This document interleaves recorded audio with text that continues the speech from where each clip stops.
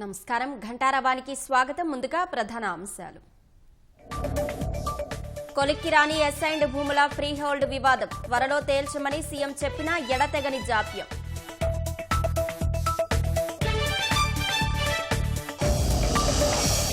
నేడు ఐపీఎస్ సునీల్ కుమార్ విచారణ. రఘురామను హింసించిన కేసులో ప్రశ్నించనున్న పోలీసులు.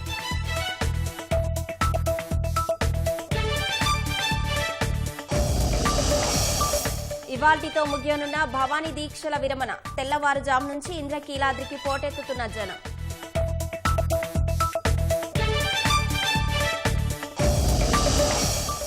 పాడేరు పరిసరాల్లో కనిష్టంగా 5 డిగ్రీల ఉష్ణోగ్రతలు. మంచు అందాలను ఆస్వాదిస్తున్న పర్యాటకులు.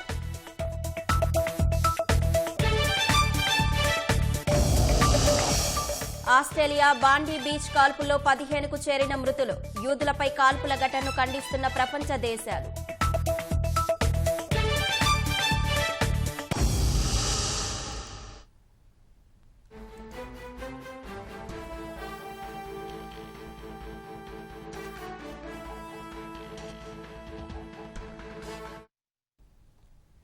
నెల్లూరు మున్సిపల్ కార్పొరేషన్ మేయర్గా రూప్ కుమార్ యాదవ్ వ్యవహరించనున్నారు. కొత్త మేయర్ ఎన్నిక జరిగే వరకు ఆయన మేయర్గా కొనసాగనున్నారు. మరింత సమాచారం మా ప్రతినిధి రాజారావును అడిగి తెలుసుకుందాం. రాజారావు, రూప్ కుమార్ ఎంపికకు సంబంధించి సమాచారం ఏంటి? అసలు నెల్లూరు కార్పొరేషన్ రాజకీయం రోజుకు ఒక మలుపు జరిగింది. వారం రోజులు వైసీపీ ఈ కొన్ని ప్రలోభ పెట్టడం, ఈ గొడవలతో చివరికి వైసీపీ వాళ్ళే అంటే ఈ అవిశ్వాస తీర్మాన సమావేశం జరిగితే ఘోర అవమానం పొందుతామనే ఉద్దేశంతో, అంటే వారికి సంఖ్యాబలం లేకుండా కూడా వారు ఈ గొడవలు అనేది సృష్టించడం జరిగిందని కూడా టీడీపీ వాళ్ళు విమర్శలు అనేది చేశారు. అదేవిధంగా పోలీస్ స్టేషన్ లో కిడ్నాప్ కేసులు ఇవన్నీ కూడా వైసీపీ ఇవ్వడం జరిగింది. ఆ కిడ్నాప్ కేసులు ఇచ్చిన కార్పొరేటర్లు అందరూ కూడా తిరిగి టీడీపీలో చేరారు. సంఖ్యాబలం 12 ఉన్న సంఖ్యాబలం చివరికి 7-8 మధ్య ఉండడంతో ఇదంతా కూడా ఇంకా అవిశ్వాస తీర్మానంలో ఘోర వైఫల్యం చెందుతామనే ఉద్దేశంతోనే చివరి అస్తంగా మేయర్ శ్రవంతి చేత రాజీనామా చేయించారనే విమర్శలు వెల్లువెత్తాయి. అదే పరిస్థితుల్లో శనివారం ఇది సంబంధించిన రాజీనామా అర్ధరాత్రి రాజీనామా చేయాలని సంచలనంగా ప్రకటన చేశారు. అదేవిధంగా ఆదివారం రాజీనామా సంబంధించిన పోస్టులు వాట్సాప్ లో పోస్టు పంపించడం జిల్లా కలెక్టర్ కి జరిగింది. ఆదివారం రాత్రికి చివరి కలెక్టరేట్ కి వచ్చి రాజీనామా పత్రాన్ని సమర్పించడంతో రాజీనామాను ఆమోదించారు. దీనికి సంబంధించి వెంటనే ప్రభుత్వం నుంచి కూడా ఉత్తర్వులు వచ్చాయి. తాత్కాలికంగా మేయర్ గా అంటే మళ్ళీ రాష్ట్ర ఎన్నికల సంఘం నోటిఫికేషన్ జారీ చేసే వరకు, కొత్త మేయర్ ని ఎన్నుకునే వరకు డిప్యూటీ మేయర్ గా ఉన్న రూప్ కుమార్ యాదవ్ కొనసాగుతారు. రూప్ కుమార్ యాదవ్ దీనికి సంబంధించి రేపు 18వ తారీఖున జరిగే అవిశ్వాస తీర్మాన స్థానంలో వారు మార్పు చేసి కౌన్సిల్ సాధారణ సమావేశంగా మార్పు చేశారు. ఈ సాధారణ సమావేశంలో మేయర్ రాజీనామా సంబంధించి ఆమోద ముద్ర కూడా కార్పొరేటర్లు అందరూ కూడా చెప్తారు. అయితే సంఖ్యాబలం దాదాపు ఇప్పటికీ టీడీపీకి 42 నుంచి 45 వరకు, టీడీ 44 డివిజన్లలో 45 మంది కార్పొరేటర్లు టీడీపీకి ఉన్నారు. ఈ సంఖ్యాబలంతో రేపు 18వ తారీఖు సమావేశం కూడా సాధారణ సమావేశం అనేది జరుగుతుంది. అంటే ప్రధానంగా ఈ సంబంధించి 3 నెలల పాటు ఈ ఎన్నిక జరిగే వరకు రూప్ కుమార్ యాదవ్ మేయర్ గా ఉంటారు. అంటే ఇక్కడ ఎస్టీ రిజర్వేషన్ నెల్లూరు కార్పొరేషన్ టీడీపీలో 53వ డివిజన్ లో ఉన్న దేవరకొండ సుజాత పేరుని ఇప్పటికే తెలుగుదేశం పార్టీలో చర్చకి వచ్చింది. అంటే రాష్ట్ర ఎన్నికల కమిషన్ నోటిఫికేషన్ ఇచ్చిన తర్వాత ఆమెనే దేవరకొండ సుజాతని ప్రకటించే అవకాశం ఉంది. ఇప్పటి వరకు కూడా మేయర్ గా రూప్ కుమార్ ఉంటారు. రూప్ కుమార్ కూడా రాజకీయాల్లో 2005లో 2005, 2014, 2019లో కార్పొరేటర్ గా ఎన్నికయ్యారు. మొదట ఆయన 2005లో టీడీపీ నుంచి కార్పొరేటర్ గా ఎన్నిక కావడం, ఆ తర్వాత వైసీపీలోకి వెళ్ళడం, మధ్యలో అంటే ఆయన ఎన్నికల 2 ఏళ్ల ముందే రూరల్ ఎమ్మెల్యే కోటారెడ్డి వచ్చిన తర్వాత రూప్ కుమార్ ఇద్దరు రావడం జరిగింది. ఇద్దరు బయటికి రావడంతో కార్పొరేషన్ వైసీపీ మొత్తం కూడా 54 డివిజన్లు వైసీపీకి ఉండేవి. రూరల్ ఎమ్మెల్యే వెంబడి రూప్ కుమార్ వెంబడి, అదేవిధంగా మంత్రి నారాయణ సంబంధించిన వారందరూ కూడా బయటికి రావడంతో వైసీపీకి పూర్తిగా సంఖ్యాబలం అనేది తగ్గిపోయింది. సంఖ్యాబలం తగ్గడంతో అక్కడ అభివృద్ధి పనులు చేసే పరిస్థితులలో కూడా వైసీపీ మేయర్ శ్రవంతి గాని వారి నుంచి ఎటువంటి అభివృద్ధి పనులు వైసీపీ ప్రభుత్వంలో ఏమీ చేయలేకపోయారు. దీంతో కార్పొరేటర్లు కూడా తీవ్ర అసంతృప్తితో ఉన్నారు. దాదాపు 4 ఏళ్ల పాటు అసంతృప్తి ఉన్న ఈ కార్పొరేటర్లు అందరూ కూడా కూటమి ప్రభుత్వం వచ్చిన తర్వాత మంత్రి నారాయణ రూరల్ ఎమ్మెల్యేతో మాట్లాడి కలెక్టర్ అనుమతితో అవిశ్వాస తీర్మానం 18వ తారీఖు అనుకున్నారు. ఇది అంతకంటే ముందే ఈ శ్రవంతి రాజీనామా చేయడంతో రాజకీయం పూర్తిగా మారిపోయింది. ఇటువంటి పరిస్థితుల్లో నెల్లూరు కార్పొరేషన్ లో కేవలం 1 ఏడాది మాత్రమే ఉంది. ఈ ఏడాది అభివృద్ధి పనులు ఎలా చేయాలన్న దాని మీదనే రేపు కౌన్సిల్ లో సమావేశంలో చర్చిస్తారు. అంటే కార్పొరేషన్ అనేక పనులు కూడా మేయర్ శ్రవంతి వైసీపీలో ఎన్నికైన తర్వాత భర్త జయవర్ధన చేసిన అక్రమాలతో కూడా అనేక కేసులు కూడా ఉన్నాయి. వీటి మీద కూడా రేపు సాధారణ సమావేశంలో తీవ్ర చర్చ జరిగే అవకాశం ఉంది. అశ్వని, ధన్యవాదాలు రాజారావు. ఇంద్రకీలాద్రిపై నేటితో భవానీ దీక్షల విరమణ ముగియనుంది. నిన్న ఒక్కరోజే 1,50,000 మంది భక్తులు దుర్గమ్మను దర్శించుకున్నారు. ఉదయం 10:30 యాగశాలలో మహాపూర్ణాహుతి జరపనున్నారు. మహాపూర్ణాహుతితో భవానీ దీక్షల విరమణ మహోత్సవాలు పరిసమాప్తం కానున్నాయి. దీంతో తెల్లవారుజాము నుంచి ఇంద్రకీలాద్రికి భవానీ దీక్షాదారులు భారీగా చేరుకుంటున్నారు. ఇంద్రకీలాద్రిపై ఇవాళ కూడా వీఐపీ ప్రోటోకాల్ దర్శనాలు రద్దు చేశారు. ఇక ఇదే అంశానికి సంబంధించి మరింత సమాచారం మా ప్రతినిధి శ్రీనివాస్ మోహన్ ప్రత్యక్ష ప్రసారం ద్వారా అందిస్తారు.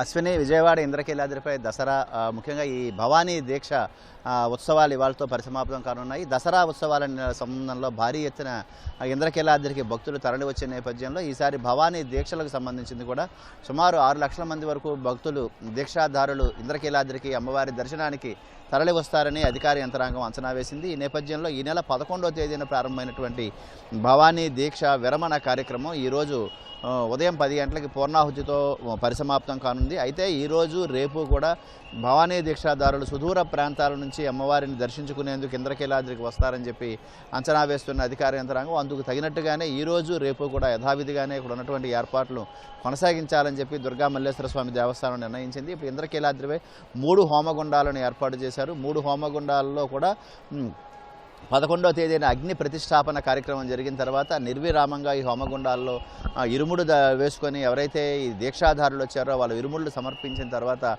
కొబ్బరికాయలను ఈ హోమగుండంలో నేతి కొబ్బరికాయలను వేసేందుకు కూడా 3 హోమగుండాలు కూడా యథావిధిగానే కొనసాగుతున్నాయి. అలాగే దూర ప్రాంతాల నుంచి కాలినడకన అమ్మవారి దర్శనానికి దీక్షాదారులు తరలి వస్తున్న నేపథ్యంలో వీరి కోసం ఇంద్రకీలాద్రి చుట్టుపక్కల 6 వైద్య శిబిరాలను ఏర్పాటు చేయడంతో కాకుండా ఎక్కడికెక్కడ తాగునీటి సౌకర్యం, అలాగే ఉచితంగా బిస్కెట్లు, ఇతర అల్పాహారాలను కూడా ఏర్పాటు చేసేందుకు అధికార యంత్రాంగం అన్ని చర్యలు కూడా తీసుకోవడం జరిగింది. దీక్షాదారులు ఎవరైతే విజయవాడ ఇంద్రకీలాద్రి చేరుకుంటారో వాళ్ళంతా కలిపి అమ్మవారి గిరి ప్రదక్షిణ చేసిన తరువాత ఇంద్రకీలాద్రిలో అమ్మవారి దర్శించు కోసం కొండపైకి రావడం ఆనవాయితీగా వస్తుంది. అయితే ఈ గిరి ప్రదక్షిణ జరిగే మొత్తం ప్రాంతాలన్నింటిలో కూడా పగడ్బందీగా ఏర్పాట్లు చేయడం జరిగింది. అలాగే ఉచితంగా కూడా దీక్షాదారులకు ఎక్కడికక్కడ తాగునీరు, మజ్జిగ, అలాగే ఇతర అల్పాహారాలను కూడా ఎక్కడికక్కడ అందుబాటులో ఉంచేలా స్వచ్ఛంద సంస్థలు అలాగే స్థానిక ప్రజాప్రతినిధులు కూడా పెద్ద ఎత్తున స్పందించి ఉచితంగా వారికి కావాల్సినటువంటి అన్ని రకాల సౌకర్యాలను కూడా ఇక్కడ సమకూర్చడం జరుగుతుంది. జిల్లా యంత్రాంగం దసరా ఉత్సవాల అనుభవాలను దృష్టిలో పెట్టుకొని అన్ని ప్రభుత్వ శాఖలు సమన్వయంతో ఇటీవలే దసరా ఉత్సవాలు ముగిసిన నేపథ్యంలో అదేవిధంగా ఈ భవానీ దీక్షలకు సంబంధించినటువంటి కూడా అదే పద్ధతిలో అదే స్టాండర్డ్ ఆపరేటింగ్ ప్రొసీజర్ ఏదైతే ఉందో అదేవిధంగా మొత్తం దీక్షాదారులు ఎవరికి కూడా ఎలాంటి అసౌకర్యం కలగకుండా అలాగే ఎలాంటి ఇబ్బందులు కలగకుండా ఉండేలా మొత్తం ఈ ఇంద్రకీలాద్రిపై పగడ్బందీ ఏర్పాట్లు చేయడం జరిగింది.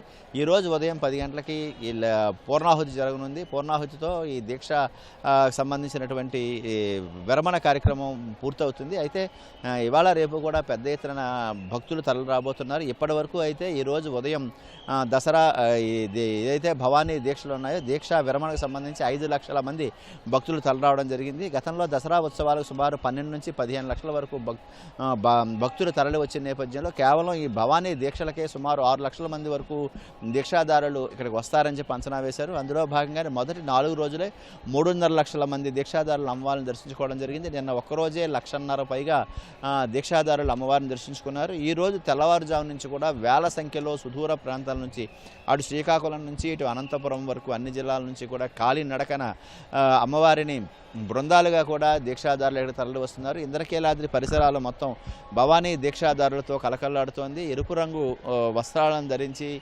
దీక్షాదారులు చిన్నపిల్లలతో సహా కులాలకు అతీతంగా అన్ని వయసుల వారు కూడా ఇంద్రకీలాద్రికి తరలి రావడంతో మొత్తం అమ్మవారి పరిసర ప్రాంతాలంతా అరుణవయంగా మారింది.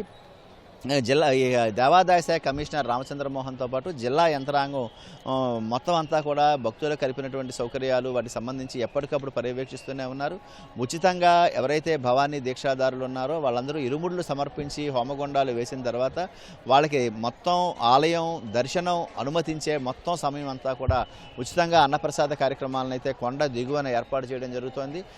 తెల్లవారుజాము 3 గంటల నుంచి రాత్రి 11 గంటల వరకు కూడా అమ్మవారికి దర్శనానికి భక్తుల్ని అనుమతిస్తున్నారు. దీక్షాదారుల సంఖ్యని అంచనా వేసుకొని మొత్తం అన్ని విఐపి దర్శనాలు, ప్రోటోకాల్ దర్శనాలు, అలాగే ఆర్జిత సేవలు మొత్తాన్ని కూడా దుర్గామల్లేశ్వర స్వామి దేవస్థానం ముందుగానే రద్దు చేయడం జరిగింది. ఈ నెల 15వ తేదీ వరకు అన్ని రకాల ఆర్జిత సేవలను నిలిపివేస్తున్నట్టుగా ముందుగానే ప్రకటించింది. అందులో భాగంగానే అన్ని ఆర్జిత సేవలు కూడా రద్దయ్యాయి. 5 వరుసలు ఏవైతే ఉన్నాయో 5 వరుసల్లో కూడా ఉచితంగానే భక్తులను అమ్మవారి దర్శనాని కోసం అనుమతిస్తున్నారు. దీంతో ఎక్కడా టికెట్లు లేకుండా మొత్తం సాఫీగా దర్శనాలు సజావుగా దాగుతుండడంతో భక్తులు కూడా సంతృప్తి వ్యక్తం చేస్తున్నారు.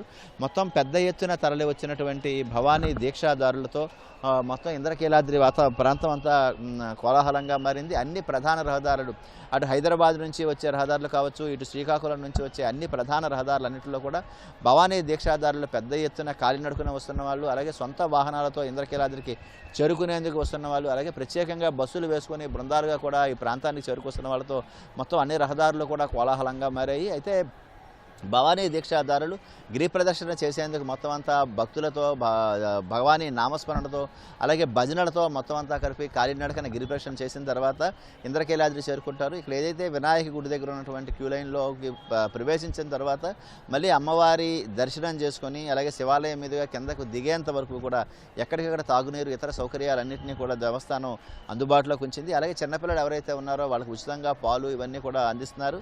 దర్శనం అయిపోయిన తర్వాత ఇరుముడులు సమర్పించిన తర్వాత వచ్చే వారందరి కోసం కింద అన్నప్రసాదం కూడా ఏర్పాటు చేయడం జరిగింది. గురు భవానీలు ఎవరైతే ఉన్నారో వాళ్ళందరికీ కూడా ముందుగానే రిజిస్ట్రేషన్ చేయించుకొని వాళ్ళని ఇక్కడ ఏదైతే శివాలయం దాటి కిందకి దిగి వచ్చారో అర్జున వీధిలో వాళ్ళ కోసం ప్రత్యేకంగా ఇరుముడు సమర్పణ కూడా ప్రత్యేకమైనటువంటి కేంద్రాలను ఏర్పాటు చేశారు. గతంతో పోలిస్తే ఈసారి భవానీ దీక్షలు చాలా సాఫీగా సజావుగా ప్రశాంతంగా అయిన వాతావరణంలో పూర్తి ఆధ్యాత్మిక భరితంగా కూడా ఈసారి ఉత్సవాలు సాగాయని చెప్పి భక్తులు సంతృప్తి వ్యక్తం చేస్తున్నారు. ఇది ఇంద్రకీలాద్రి వద్ద ఉన్నటువంటి పరిస్థితి. కెమెరామెన్ ఎం శ్రీమన్నారాయణతో Srinivas Mohan, ETV news. Over to studio. Revenue శాఖ అంటేనే సమస్యలకు నిలయంగా చెప్పవచ్చు. అలాంటి శాఖలో అసైన్డ్ భూముల ఫ్రీ హోల్డ్ వివాదం పెద్ద చిక్కుగా మారింది. ఫ్రీ హోల్డ్ పేరిట గత వైసీపీ ప్రభుత్వంలో ఆ పార్టీ నేతలు భారీగా లబ్ధి పొందారు. కూటమి ప్రభుత్వం సరిదిద్దే చర్యలు చేపట్టినా ఇంకా కొలికి రాలేదు. ప్రైవేటు భూముల పట్టాదారులు సహా ఎందరో ఇబ్బంది పడుతున్నారు. అధ్యయనానికి మంత్రివర్గ ఉపసంఘం ఏర్పాటైనా పరిష్కారం మాత్రం దొరకలేదు. ఫ్రీ హోల్డ్ వివాదాన్ని త్వరగా తేల్చాలని సీఎం చంద్రబాబు తాజాగా నిర్దేశించారు. రెవెన్యూ యంత్రాంగం తలుచుకోవాలి, కానీ పరిష్కారం అనేది అసాధ్యమేమి కాదన్న భావన వ్యక్తమవుతోంది. పేదలకు కేటాయించిన వ్యవసాయ భూముల్ని 20 ఏళ్లు నిండిన తర్వాత అమ్ముకోవచ్చని 2023లో నాటి వైసీపీ ప్రభుత్వం ఫ్రీ హోల్డ్ ఆదేశాలిచ్చింది. దీంతో వైసీపీ నేతలు అక్రమాలకు తెరతీశారు. కోట్ల విలువైన అసైన్డ్ భూముల్ని ముందుగానే పేదల నుంచి తక్కువ ధరకు కొనుగోలు చేసి ప్రభుత్వ ఉత్తర్వులు వెలువడ్డాక కొన్నట్లు చూపారు. దీనిపై కూటమి ప్రభుత్వం విచారణ చేపట్టి అసైన్డ్ చేసిన ఫ్రీ హోల్డ్ భూముల విస్తీర్ణం 13,52,806 ఎకరాలుగా గుర్తించింది. అక్రమాలు జరిగినవి 5,74,908 ఎకరాలుగా నిర్ధారించింది. అధ్యయనానికి మంత్రివర్గ ఉపసంఘాన్ని నియమించింది. 2024 ఆగస్టు నుంచి రిజిస్ట్రేషన్లు నిలిపేసింది. దీంతో చిన్న సన్నకారు రైతులు ఇబ్బంది పడుతున్నారు. కొన్ని చోట్ల ప్రైవేటు భూముల్ని కూడా నిషేధ జాబితాలో చేర్చారు. రీసర్వే పూర్తయిన గ్రామాల్లోని పట్టా భూముల్ని సర్వీసు ఈనాం కింద చేర్చి నిషేధ జాబితాలో పేర్కొనడం క్రయ విక్రయాలకు అడ్డంకిగా మారింది. రాష్ట్ర వ్యాప్తంగా కొన్ని చోట్ల ప్రైవేటు భూముల్ని అసైన్డ్ భూములుగా గుర్తించి నిషేధ జాబితాలో చేర్చారు. అలా 5,433 ఎకరాల ప్రైవేటు భూములు ఉన్నాయి. వాటిని పట్టా భూములుగా మార్చి రిజిస్ట్రేషన్కు అనుమతించాలనే డిమాండ్ వినిపిస్తోంది. 64,151 ఎకరాలకు నిబంధనల ప్రకారం 20 ఏళ్లు పూర్తయినా కలెక్టర్లు ప్రొసీడింగ్స్ ఇవ్వలేదు. కలెక్టర్లు ప్రొసీడింగ్స్ ఇచ్చి రిజిస్ట్రేషన్కు అనుమతిస్తే పరిష్కారం లభిస్తుందని పలువురు చెప్తున్నారు. చుక్కల భూముల జాబితా నుంచి 17,901 ఎకరాల భూముల్ని తొలగించి ఫ్రీహోల్డ్కు అవకాశమిచ్చారు. అయినా రిజిస్ట్రేషన్ ఇతర లావాదేవీలు జరగడం లేదు. వాటి లావాదేవీలకు అవకాశమివ్వాలన్న వాదన వినిపిస్తోంది. ఆర్ఎస్ఆర్ పుస్తకాల్లో పేర్కొన్న 11,739 ఎకరాలకు మించి ఫ్రీహోల్డ్ కింద మార్చారు. రీసర్వే పూర్తి కాని గ్రామాల్లో వెబ్లాండ్లో ఉన్న విస్తీర్ణాన్ని మాత్రమే ఫ్రీహోల్డ్ చేస్తారు. రీసర్వే పూర్తయ్యాక వాస్తవంగా అనుభవంలో ఉన్న విస్తీర్ణం మాత్రమే ఫ్రీహోల్డ్ అవుతుంది. ఇవి 22A జాబితాలో ఉంటాయి. వెబ్లాండ్ 22A కింద అమల్లో ఉంటుంది.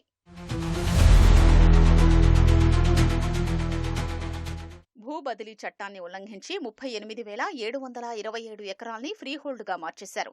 భూమిపై వాస్తవ ఎస్ఐని ఉండి అడంగల్లో వారి పేరుంటే ఫ్రీహోల్డ్ చెయ్యొచ్చు. లేదంటే పీఓటీ చట్ట ప్రకారం చర్యలు తీసుకోవాలి. రికార్డుల్లో 25,491 ఎకరాల భూమి ఫ్రీహోల్డ్గా మారింది. కానీ భూమి అతని ఆధీనంలో లేదు. వాస్తవ ఎస్ఐని పట్టాదారుగా నమోదైతే అతనికి ఫ్రీహోల్డ్ చేయడమే పరిష్కారంగా చెప్తున్నారు. వాస్తవానికి 28,318 ఎకరాలు అసైన్మెంట్ భూములు ఇచ్చి 20 ఏళ్లైంది.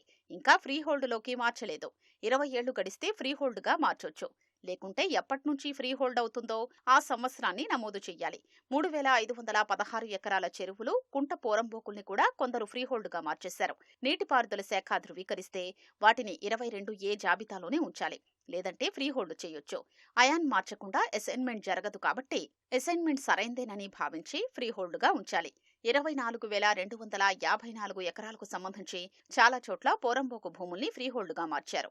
అయాన్ మార్పిడి తర్వాతే అసైన్మెంట్ జరుగుతుంది. ఈ సూత్రం ప్రకారం సరైందిగా భావించి ఫ్రీహోల్డ్గా కొనసాగించాలని పరిష్కారంగా చెప్తున్నారు. రాష్ట్ర వ్యాప్తంగా చాలా చోట్ల అసైన్డ్ భూముల పేరుతో 2,86,951 ఎకరాలు ఫ్రీహోల్డ్గా మార్చేసుకున్నారు. కొన్ని చోట్ల అధికారాన్ని అడ్డుపెట్టుకుని వాటిని పేదల పేరిట ఇచ్చినట్లు చూపించి ఫ్రీహోల్డ్ చేసుకున్నారు. వాస్తవానికి వీటిని వైసీపీ నేతలు ముందే ఆక్రమించారు. పేదలకు పంచినట్లు చూపించి ఫ్రీహోల్డ్ ముసుగులో అధికారిక ముద్ర వేయించుకున్నారు. ఆర్ఓఆర్ చట్టంలోని 6A సెక్షన్ ప్రకారం ఆన్లైన్ వెబ్ ల్యాండ్ అడంగల్ సరైందిగా భావించాలి. ప్రస్తుత పట్టాదారు అసైన్మెంట్కు అర్హులైతే ఫ్రీహోల్డ్గా పరిగణించాలి. అర్హులు కాకపోతే పీఓటీ చట్ట ప్రకారం చర్యలు తీసుకోవాలి. హైదరాబాద్ సమీపంలోని శంషాబాద్ మండలంలో ఉన్న కన్హా శాంతివనాన్ని ముఖ్యమంత్రి చంద్రబాబు నేడు సందర్శించనున్నారు. ఉదయం జూబ్లీహిల్స్లోని ఆయన నివాసం నుంచి బయలుదేరి వెళ్లనున్న సీఎం 11 గంటలకు కన్హా శాంతివనం చేరుకోనున్నారు. ఆశ్రమం అధ్యక్షులు కమలేష్ డి పటేల్ దాజీతో ముఖ్యమంత్రి సమావేశం కానున్నారు. 2 గంటల పాటు శాంతివనంలోని వెల్నెస్, మెడిటేషన్ సెంటర్, యోగా కేంద్రాలతో పాటు సుస్థిర వ్యవసాయ క్షేత్రాన్ని సీఎం సందర్శించనున్నారు. Tree conservation centre, rain forest కేంద్రం, మెడిటేషన్ సెంటర్, బయోచార్ కేంద్రం, పుల్లెల గోపీచంద్ స్టేడియంతో పాటు హార్ట్ఫుల్నెస్ ఇంటర్నేషనల్ స్కూల్ను సీఎం సందర్శిస్తారు. శాంతివనం వ్యవస్థాపకులు దాజీ నివాసానికి సీఎం వెళ్లనున్నారు. అనంతరం బయలుదేరి అమరావతికి చేరుకోనున్నారు. మధ్యాహ్నం సచివాలయంలో అధికారులతో వేర్వేరు సమీక్షలో సీఎం పాల్గొంటారు. సాయంత్రం విజయవాడలోని తుమ్మలపల్లి కళాక్షేత్రంలో రాష్ట్ర ప్రభుత్వం నిర్వహిస్తున్న అమరజీవి పొట్టి శ్రీరాములు ఆత్మార్పణ దినం కార్యక్రమానికి హాజరు కానున్నారు. మంత్రి నారా లోకేష్ నేడు ఢిల్లీ పర్యటనకు వెళ్లనున్నారు. ఢిల్లీ పార్లమెంటు హౌజ్లో కేంద్ర ఐటీ, విద్యాశాఖ మంత్రులతో లోకేష్ సమావేశమవుతారు. విద్య, ఐటీ సంబంధిత రాష్ట్ర అంశాలపై కేంద్ర మంత్రులతో చర్చించనున్నారు. రాత్రికి ఢిల్లీలోనే బస చేస్తారు. మంగళవారం ఢిల్లీ నుంచి విశాఖ రానున్న మంత్రి లోకేష్ జీఎంఆర్ ఏవియేషన్ ఎడ్యూసిటీ ప్రారంభోత్సవ కార్యక్రమాల్లో పాల్గొంటారు. అదే రోజు సాయంత్రం అమరావతికి వస్తారు. సిఐడి కస్టడీలో మాజీ ఎంపీ, ప్రస్తుత ఉపసభాపతి రఘురామకృష్ణంరాజును హింసించిన కేసులో A1గా ఉన్న ఐపీఎస్ పివి సునీల్ కుమార్ నేడు విచారణకు హాజరు కావాలని విచారణ అధికారి విజయనగరం ఎస్పీ దామోదర్ నోటీసులు ఇచ్చారు. వాస్తవానికి ఈ నెల 4వ తేదీనే విచారణకు రావాలని నోటీసులు ఇవ్వగా 3 వారాల పాటు గడువు కావాలని పివి సునీల్ కుమార్ విచారణ అధికారికి లేఖ రాశారు. అయితే అధికారులు 3 వారాల గడువునకు అంగీకరించలేదు. ఈ నెల 15వ తేదీ గుంటూరులో విచారణకు హాజరు కావాలని స్పష్టం చేశారు. సునీల్ కుమార్ విచారణకు గుంటూరులో అన్ని ఏర్పాట్లు చేశారు. ఎస్పీ దామోదర్ సైతం గుంటూరు చేరుకున్నారు.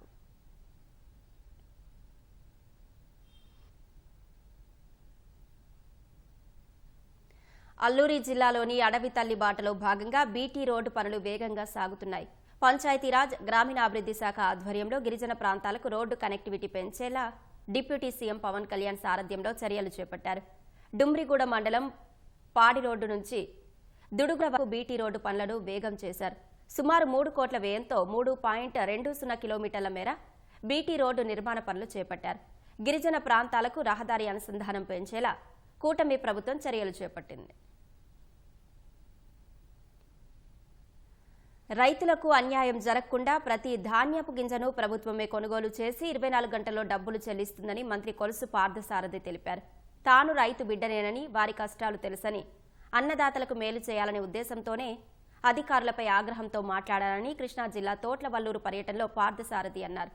రైస్ మిల్లర్ల నుంచి నష్టపోతున్నామని కొందరు రైతులు ఆవేదన వ్యక్తం చేశారని, ఈ విషయమై అధికారులతో మాట్లాడాలని అన్నారు. ఎట్టి పరిస్థితుల్లోనూ రైతులకు నష్టం జరగకూడదనేది ప్రధాన ఉద్దేశమని మంత్రి పునరుద్ఘాటించారు. రైతులకు ఎవరు అన్యాయం చేసినా కఠిన చర్యలు తీసుకోవాలని ముఖ్యమంత్రి ఆదేశించిన విషయాన్ని మంత్రి గుర్తు చేశారు. గతేడాది జూన్తో పోలిస్తే 2025 నవంబర్ నాటికి 6 ఏళ్లలోపు చిన్నారుల్లో వయసుకు తగ్గ ఎత్తుకు తగ్గ బరువు విషయంలో మెరుగుదల నమోదైంది. అధిక బరువు ఉండే పిల్లల సంఖ్య భారీగా తగ్గింది. మహిళా శిశు సంక్షేమ శాఖ ప్రతి నెల అంగన్వాడీ కేంద్రాల్లో నమోదైన పిల్లల బరువు ఎత్తును తూచి పోషకాహార లోపాన్ని అంచనా వేస్తోంది. అప్పటితో పోలిస్తే వయసుకు తగ్గ ఎత్తులేని పిల్లల సంఖ్య 9.6% తగ్గింది. వయసుకు తగ్గ బరువు లేని పిల్లల సంఖ్య 3.9%, ఎత్తుకు తగ్గ బరువు లేని చిన్నారుల సంఖ్య 1.7%, ఊబకాయం ఉండే పిల్లల సంఖ్య 0.7% తగ్గినట్లు గణాంకాలు తెలియజేస్తున్నాయి. 2024 జూన్లో రాష్ట్ర వ్యాప్తంగా అంగన్వాడీ కేంద్రాల్లో 0 నుంచి 6 ఏళ్ల వయసున్న చిన్నారుల సంఖ్య 24.87 లక్షలుగా ఉంది. వారిలో 23.98 లక్షల మంది బరువు, ఎత్తు విలువల్ని కొలిచారు. వారిలో 4.96 లక్షల మంది వయసుకు తగ్గ ఎత్తు లేనట్లు గుర్తించారు. 1.34 లక్షల మంది చిన్నారుల్లో వయసుకు తగ్గ బరువు లేనట్లు తేలింది. ఎత్తుకు తగ్గ బరువు లేని పిల్లలు 2.38 లక్షలు ఉన్నట్లు వెల్లడైంది. ప్రస్తుతం రాష్ట్ర వ్యాప్తంగా 55,764 అంగన్వాడీ కేంద్రాల్లో ఉన్న 20.32 లక్షల మందిలో 20.17 లక్షల మంది చిన్నారుల కొలతల్ని నమోదు చేశారు. వీరిలో వయసుకు తగ్గ ఎత్తులేని పిల్లలు 2.24 లక్షల మంది ఉన్నారు. వయసుకు తగ్గ బరువు లేని పిల్లలు 80,354 మంది ఉన్నట్లు గుర్తించారు. ఎత్తుకు తగ్గ బరువు లేని చిన్నారులు 1.18 లక్షల మంది ఉన్నట్లు తేలింది. 2024 జూన్లో ఊబకాయం ఉన్న పిల్లలు 1.1% ఉండగా ఇప్పుడు అది 0.4%కి తగ్గింది. అంటే 0.7% మేర తగ్గుదల కనిపించింది.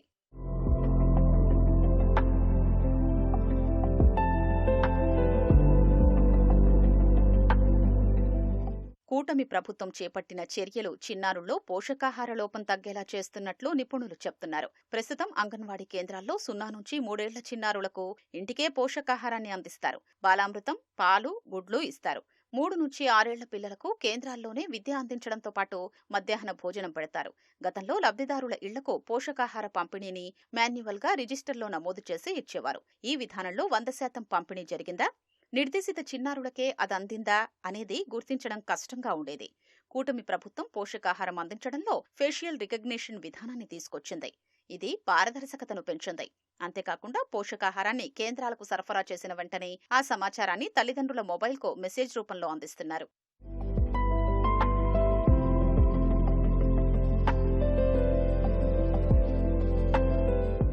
గుత్తేదారుల నుంచి అంగన్వాడీ కేంద్రాలకు పోషకాహారాన్ని సరఫరా చేయడంలో పర్యవేక్షణ పెంచారు. రాష్ట్ర స్థాయి నుంచి అంగన్వాడీ కేంద్రం వరకు జీపీఎస్ విధానం ద్వారా రవాణా వాహనాల్ని ట్రాక్ చేస్తున్నారు. జాప్యం లేకుండా చర్యలు తీసుకుంటున్నారు. గతంలో 20 నుంచి నెల రోజుల జాప్యంలో పోషకాహారం పిల్లలకు అందేది. 3 నుంచి 6 ఏళ్ల చిన్నారులకు మధ్యాహ్న భోజనంలో నిర్దేశిత మెనూ అమలు చేస్తున్నారా లేదా అనేది కూడా పక్కాగా అంచనా వేస్తున్నారు. దీనికి ఏఐ ఆధారిత యాప్ను తీసుకొచ్చారు. పిల్లల్లో ఎత్తు, బరువును తెలుసుకునేందుకు ఎలక్ట్రానిక్ పరికరాల్ని ప్రతి అంగన్వాడీ కేంద్రానికి అందించారు. అంగన్వాడీ కేంద్రాల్లోని చిన్నారుల్లో పోషకాహార లోపంపై అధికారంలోకి రాగానే ప్రభుత్వం దృష్టి సారించింది. చిన్నారుల్లో ఎక్కువ పోషకాహార లోపం ఉండే కేంద్రాల్ని రాష్ట్ర వ్యాప్తంగా గుర్తించి ప్రత్యేక డ్రైవ్ చేపట్టి కారణాల్ని అన్వేషించింది. తల్లిదండ్రులకు అవగాహన కల్పించడంతో పాటు కార్యకర్తల్ని ఇంటింటికి పంపి ఖచ్చితంగా ప్రభుత్వం అందించే పోషకాహారం పిల్లలకే చేరేలా చర్యలు తీసుకుంది. ఆస్ట్రేలియాలోని సిడ్నీలో బాండీ బీచ్లో 2 ఉగ్రవాదులు జరిపిన కాల్పుల్లో మృతి చెందిన వారి సంఖ్య 15కు పెరిగింది. గాయపడ్డ 38 మందికి సమీపంలోని ఆసుపత్రిలో చికిత్స అందిస్తున్నారు. సిడ్నీలో 2 ఉగ్రవాదులు ఆదివారం బీభత్సం సృష్టించారు. పర్యాటకులు ఉల్లాసంగా గడుపుతున్న సమయంలో బీచ్లోకి ప్రవేశించి విచక్షణారహితంగా కాల్పులు జరిపారు. దీంతో వందల మంది పర్యాటకులు ప్రాణాలు అరచేతిలో పెట్టుకుని పరుగులు తీశారు. కాల్పుల్లో చనిపోయిన వారిలో చిన్నారితో పాటు ఓ పోలీసు అధికారి ఉన్నట్టు ఆస్ట్రేలియా ప్రభుత్వం తెలిపింది. బాండీ బీచ్లో యూదులు హనుక్కా వేడుకలు చేసుకుంటుండగా దుండగులు కాల్పులు జరిపారని పేర్కొంది. మరోవైపు పోలీసుల కాల్పుల్లో ఒక ఉగ్రవాది హతమయ్యాడు. మరొకడు తీవ్రంగా గాయపడ్డాడు. అతన్ని ఆసుపత్రికి తరలించి చికిత్స అందిస్తున్నారు. యూదులపై కాల్పుల ఘటనను ప్రపంచ దేశాలు తీవ్రంగా ఖండించాయి.